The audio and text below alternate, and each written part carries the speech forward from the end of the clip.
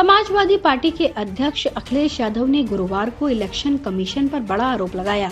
अखिलेश यादव ने यहां तक कहा है कि इलेक्शन कमीशन की बेईमानी के कारण उत्तर प्रदेश में समाजवादी पार्टी चुनाव हारी है। समाजवादी पार्टी अध्यक्ष अखिलेश यादव ने गुरुवार को इलेक्शन कमीशन पर बड़ा आरोप लगाया। अखिलेश ने यहां तक कहा कि इलेक्शन कमीशन की बेईमानी के कारण उत्तर प्रदेश में चुनाव हारे हैं। कहा कि देश में अब तक कोई भी निष्पक्ष संस्थान बाकी नहीं रह गया है। सरकार दबाव डालकर इन संस्थानों से मन माफिक काम करा रही है। अखिलेश यादव ने गुरुवार को पीटीआई भाषा से साक्षात्कार में कहा कि उत्तर प्रदेश के पिछले विधानसभा चुनाव, रामपुर और आजमगढ़ लोकसभा सीट के उपचुनाव में समाजवादी पार्टी की पराजय के लिए चुनाव आयोग की बेईमानी को जिम्मेदार करार दिया और कहा कि अगर आयोग ने ईमानदारी से काम किया होता तो नतीजे कुछ और होते।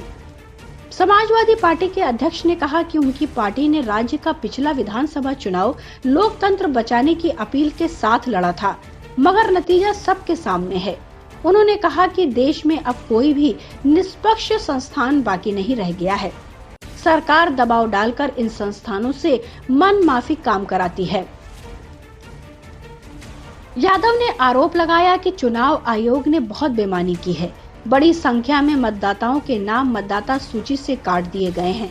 रामपुर लोकसभा उपचुनाव में समाजवादी कार्यकर्ताओं को वोट नहीं डालने दिया गया, जबकि आजमगढ़ के समाजवादी कार्यकर्ताओं को रेड कार्ड जारी किए गए। क्या चुनाव आयोग सो रहा था? उसने हमारी शिकायतों पर ध्यान ही नहीं दिया।